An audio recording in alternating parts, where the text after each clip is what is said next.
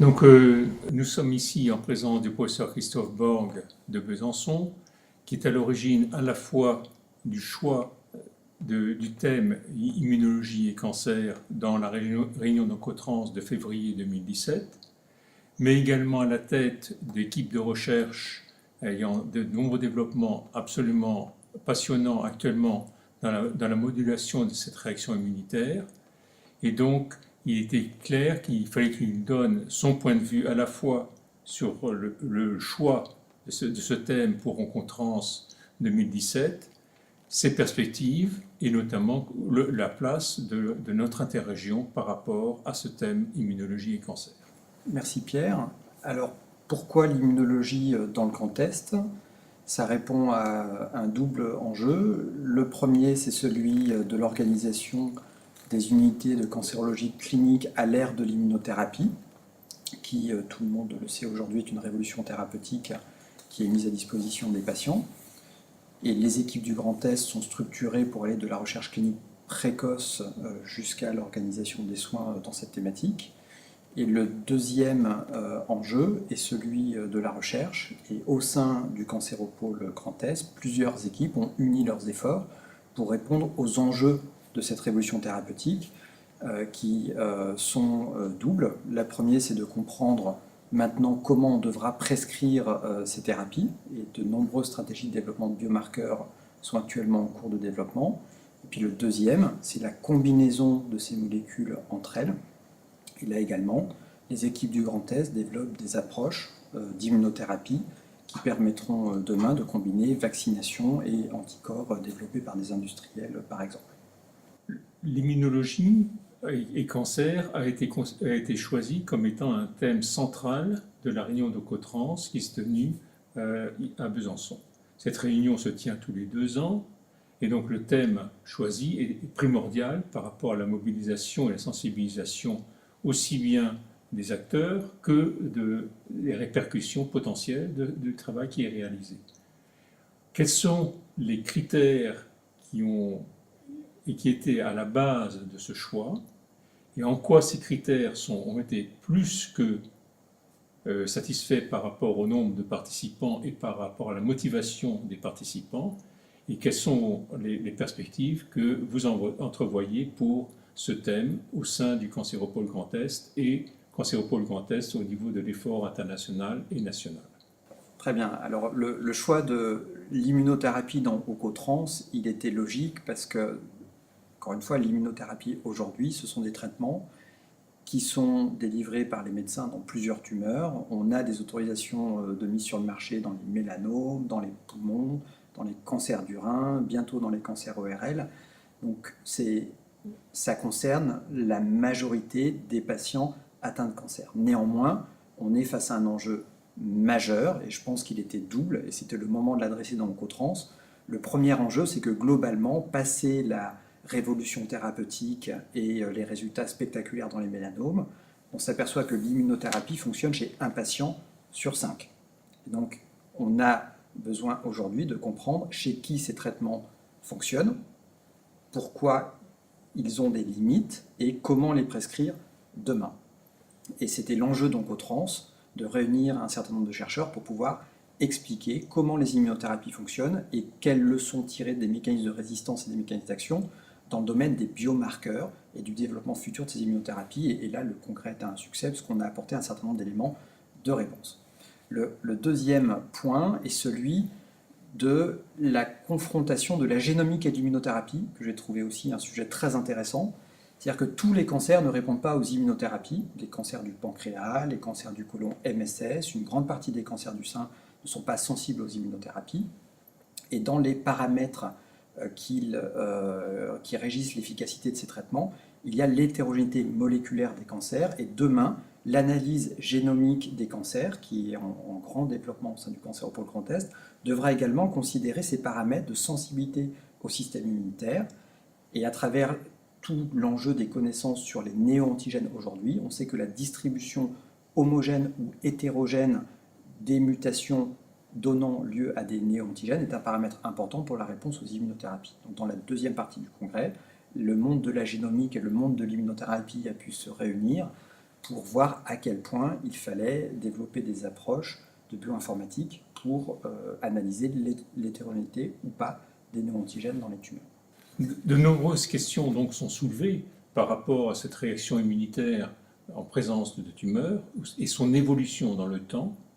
Et donc, parmi les questions qui sont posées, il y a bien évidemment l'hétérogénéité des tumeurs, mais il y a également la polyclonalité ou la clonalité de la réaction immunitaire qui est présente.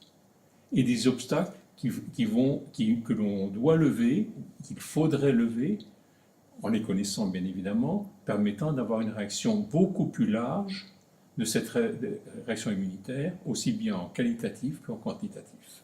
Donc là, c'est exactement ce qui a été abordé dans les sessions d'immunologie. C'est sûr que pour que l'immunothérapie fonctionne, il faut des antigènes au sein des cancers. Alors on a besoin d'approches moléculaires, c'est tout l'intérêt de la conjonction avec la génomique pour comprendre comment les mutations génèrent des néo-antigènes en quantité suffisante.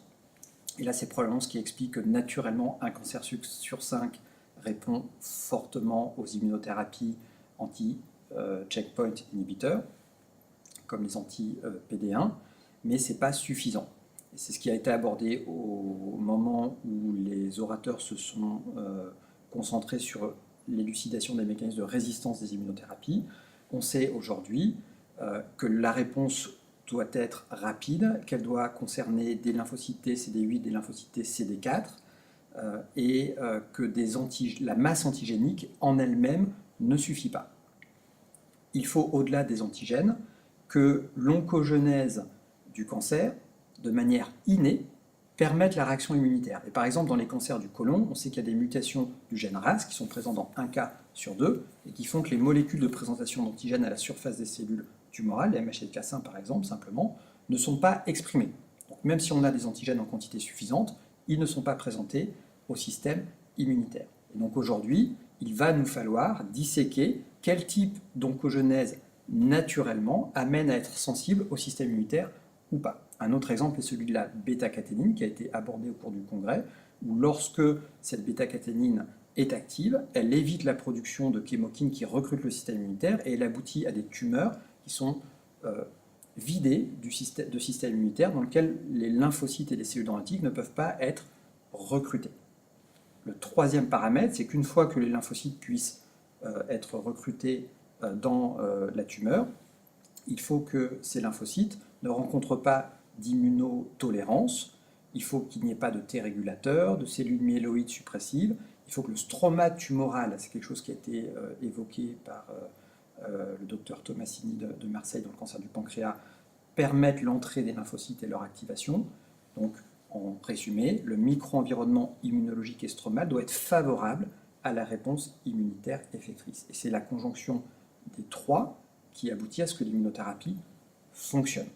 Ce qui est intéressant et ce qui a fait le succès de ce congrès, parce qu'il y a plus de 150 participants en temps réel, c'est qu'on a dans le Grand Est la conjonction pour développer des approches permettant de comprendre la présence des trois, et donc ça c'est important pour générer des biomarqueurs, d'une part, et puis on a aussi des équipes de recherche qui développent des stratégies thérapeutiques pour moduler la reconnaissance du système immunitaire à des antigènes spécifiques, donc ça c'est la vaccination, pour être capable de faire en sorte que les lymphocytes soient recrutés dans la tumeur, donc ça c'est la combinaison entre des inhibiteurs de tyrosine kinase par exemple et des stratégies d'immunothérapie, donc ça c'est les plateformes de phase 1 qui vont se concentrer sur cet axe-là, et puis enfin pour moduler le stroma immunitaire ou dépléter les cellules myéloïdes suppressives, donc il y a également des équipes qui travaillent sur ce versant-là. Donc les trois paramètres sont présents au sein du cancéropole Grand Est pour favoriser le développement des immunothérapies.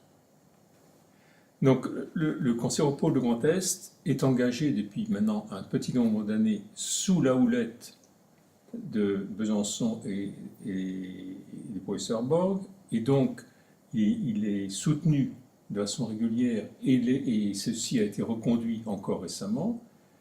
Est-ce que vous envisagez qu'un projet structurant, donc rassemblant encore plus d'équipes, puisse se monter assez rapidement et être proposé notamment comme étant un axe structurant que le cancéropole de Grand Est pourrait recommander et sur lequel il pourrait travailler dans un avenir très proche? Donc l'appel est lancé. Pierre, je pense que c'est effectivement le moment de concentrer l'ensemble des compétences vers cette question de manière très claire. Quand on regarde les enjeux de l'immunothérapie aujourd'hui, je pense qu'on a dans le Cancéropole Grand Est les forces en présence pour être capable de mener une recherche de grande envergure dans cette thématique. L'enjeu principal, c'est bien évidemment la sélection des patients. Quel patient doit être traité par une immunothérapie simple et quel patient va devoir être orienté vers une combinaison thérapeutique, chimiothérapie, immunothérapie, TKI immunothérapie ou combinaison d'immunothérapie. Et donc pour ça, on a des structures vraiment très complémentaires. On a des équipes de recherche comme à Nancy et à Besançon qui travaillent sur les biomarqueurs, ces biomarqueurs étant spécifiques des réponses d'antigènes. Et plusieurs cohorts de patients sont constitués qui vont donner aux chercheurs du Cancéropole Grand Est la possibilité d'analyser directement l'impact de ces biomarqueurs sur l'efficacité des traitements et la survie des patients. On a des équipes de recherche qui mettent en place des stratégies thérapeutiques nouvelles, l'équipe de Dijon en immunomodulation, l'équipe de Besançon en vaccination. Nous avons des institutions comme les CHU de Nancy, de Besançon ou l'Établissement français du sang qui mettent à disposition des structures de production de médicaments de thérapie innovantes qui vont permettre également demain de développer des stratégies thérapeutiques nouvelles. Et les CHU et le Centre anticancéreux de Dijon disposent de structures de recherche clinique précoces, labellisées par l'INCa, pour faire des essais cliniques. En cumulant l'ensemble de ces expertises, je pense qu'il est possible de générer un tel appel d'offres. Ce qui serait vraiment intéressant, c'est la conclusion un peu du congrès Oncotrans, serait de sélectionner une tumeur dans laquelle l'immunothérapie ne marche pas et de joindre les efforts des biologistes moléculaires qui connaissent la génomique de ces cancers et des immunothérapeutes pour essayer de décrire précisément dans ces cancers les mécanismes de résistance et des approches thérapeutiques permettant de les contourner en immunothérapie. Et je ne peux m'empêcher de penser au cancer du côlon, parce que c'est une tumeur dans laquelle on dispose de lymphocytes dans les métastases, des tumeurs primitives et des métastases, et du suivi immunologique complet qui permet de caractériser des réponses immunitaires. C'est aussi intéressant puisque c'est un modèle de tumeur dans lequel on sait que le système immunitaire très précocement est pronostique dans la maladie. Et pourtant, les médicaments qui sont développés par l'industrie aujourd'hui, les anti-PD1 particulièrement, ne fonctionnent pas quand il n'y a pas beaucoup de néo-antigènes, donc dans les tumeurs qui ne sont pas instables génétiquement. Donc, tout l'enjeu est de rendre ces cancers sensibles aux immunothérapies. Et je pense vraiment qu'on a les outils pour arriver à mener un tel challenge.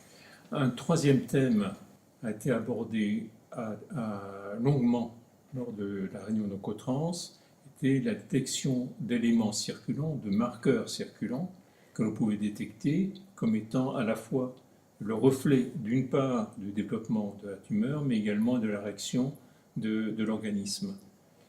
Quels sont les points les plus chauds, les points les plus importants qui ont été mentionnés, aussi bien par les équipes du Grand Est présentes, mais également les collaborations par rapport à d'autres équipes qui se trouvent au niveau national? Alors c'est un point qui a été beaucoup abordé lors du congrès. Les principales discussions ont tourné autour de la capacité de détecter l'ADN tumoral dans le plasma des patients, c'est l'ADN tumoral circulant. Cette approche est intéressante aussi pour l'immunothérapie, parce que ça permettra de détecter la charge mutationnelle, peut-être directement dans le plasma. Et ça a été beaucoup abordé par Alain Thierry, et les équipes de Strasbourg, de Nancy et de Reims contribuent activement avec Dijon à l'analyse et la mise en place de technologies permettant de détecter cet ADN tumoral circulant. Le deuxième marqueur qui a été présenté par l'équipe de Dijon, c'est la possibilité demain de caractériser des exosomes qui sont des petites particules nanométriques et micrométriques produites par les cellules tumorales ou par les cellules endothéliales d'ailleurs, et que l'on peut doser dans le plasma. L'équipe de Dijon utilise une technique de capture basée sur des heat-shock protéines. Cette technique est très intéressante parce qu'elle permettrait à terme de coupler la capture des exosomes avec un phénotypage un petit peu plus exhaustif, avec des anticorps fluorescents ou de la biologie moléculaire, par exemple. Et là, on pourrait aussi demain développer des biomarqueurs liés à l'immunothérapie et se basant sur ces exosomes. On a également eu des discussions sur des biomarqueurs immunologiques, alors de deux types essentiellement. Les premiers au sein de la tumeur. On sait depuis longtemps que les infiltrats lymphocytaires sont pronostiques dans un grand nombre de cancers. Donc là, c'est les travaux de Sylvain Lindoire et de l'équipe de Dijon.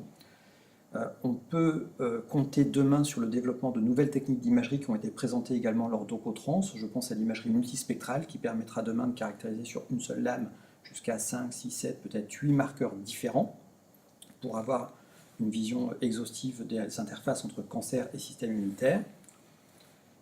Le quatrième type de biomarqueurs sont les biomarqueurs de la réponse immunitaire qui permet d'analyser de manière dynamique ces réponses immunitaires. Et là, je pense aux présentations de Nancy qui ont été faites sur la capacité des lymphocytes spécifiques d'antigènes à réagir de manière polyfonctionnelle. On sait aujourd'hui qu'un lymphocyte qui ne sécrète qu'une seule cytokine est lié à une moindre réponse immunitaire qu'un lymphocyte capable de sécréter plusieurs cytokines de manière concomitante, interféron gamma, TNF, IL2 par exemple. Donc ça, c'est les travaux du professeur de Carvalho au CHU de Nancy. Et puis à Besançon, l'équipe INSERM développe des approches qui permettent d'identifier des antigènes qui vont être portés par suffisamment de cancers et reconnus par suffisamment de patients pour pouvoir mettre en place des techniques d'immunomonitoring applicables à l'ensemble de la population, ce qui est un véritable verrou technologique aujourd'hui. Donc si on combine toute cette expertise, il y a une nouvelle thématique qui apparaît, qui a émergé après le congrès Oncotrans, qui est celle de la pharmaco-immunologie, la capacité de détecter et de suivre les réponses immunitaires chez un patient, et de comprendre comment un médicament qui serait développé pourrait interférer avec ces réponses immunitaires. Et il apparaît vraiment clairement que si on unit toutes ces forces, on peut développer de telles thématiques en recherche translationnelle demain de manière efficace dans notre interrégion. Il est clair que la mobilisation d'Oncotrans, rassemblant les équipes, des idées et des projets qui en cours de mûrissement, est un élément extrêmement important à poursuivre et à étendre. Deuxièmement, une deuxième conclusion que j'ai tendance à tirer est que les rencontres qui sont réalisées autour de cette réunion sont porteuses de projets et se concrétisent au travers de résultats qui sont connus et sont reconnus au niveau national et au niveau international. Donc là, on a des avancées de l'implantation et de l'ancrage de cette recherche sur le cancer au niveau du Grand Est et de collaboration, mutualisation, expertise et équipement. Je pense vraiment que ceci va nous permettre à cette structuration de grossir encore et d'être encore plus efficace par les efforts qui sont menés par les uns et par les autres et qui sont reconnus au niveau national. Est-ce que c'est aussi le sentiment que tu as retiré de la part d'Oncotrans, cette réunion d'Oncotrans? C'est la conclusion la plus aboutie pour Oncotrans, parce qu'au-delà des participants, d'une session sur l'autre, on voit effectivement les collaborations s'amplifier. Je pense que le point aujourd'hui, c'est que ces collaborations ont dépassé la frontière de l'immunologie et qu'on a des collaborations qui se font entre génomique, immunologie, biochimie avec la détection des exosomes et immunologie, et qu'on a aujourd'hui des résultats déjà concrets et une capacité à se projeter vraiment vers la recherche clinique en partant de ce qui vient des laboratoires de recherche fondamentale. Donc ce transfert de l'un à l'autre est effectif et aboutit à des projets qui sont déjà partagés entre différentes villes. Merci beaucoup Christophe et bonne chance, on te soutient.